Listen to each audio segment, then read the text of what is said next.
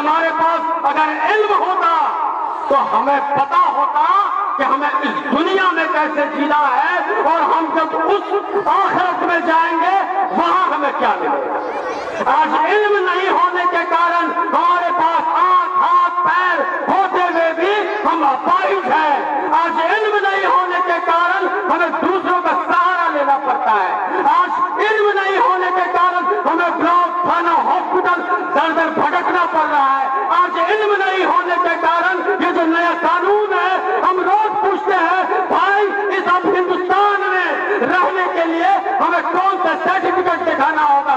آج علم نہیں ہونے کے کارن ہمارے پاس جو بھی سرٹیفکیٹ تھا وہ ہم پھینک چکے ہیں یا ندی میں کہیں پا چکا ہے۔ ضرورت ہے آج یہ ٹھان لے یہ عہد کر لے کہ جو ہم پہ گزرا ہے وہ ہمارے آنے والے نسل پہ نہ گزرے۔ اس کے لیے ایک ہی چیز ہے جذبہ پیدا کرنا۔ اگر آپ جذبہ پیدا کر لیں گے جس ہاتھوں سے آپ کھیتی کرتے ہیں وہ کھیت کھلیان کا اناج لاکھوں کروڑوں لوگ کھاتے ہیں، اسی جذبے سے آپ سوچ لیں کہ ہم اپنے بال بچوں کو پڑھانا ہے۔ میں سمجھتا ہوں سماج میں ایسا کوئی گھر نہیں ہوگا جہاں علم نہیں ہوگا۔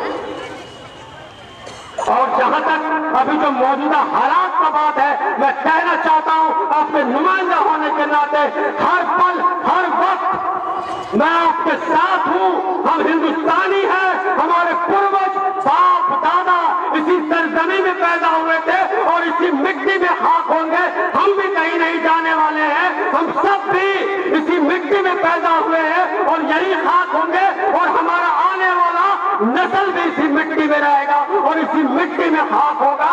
کوئی مائی کا لال ایسا نہیں ہے جو ہمیں ہمارا ہندوستان سے الگ کر سکتا ہے، بھگا سکتا ہے۔ انہی چند شبدوں کے ساتھ میں آپ لوگوں سے رخصت لیتا ہوں۔ بہت بہت شکریہ۔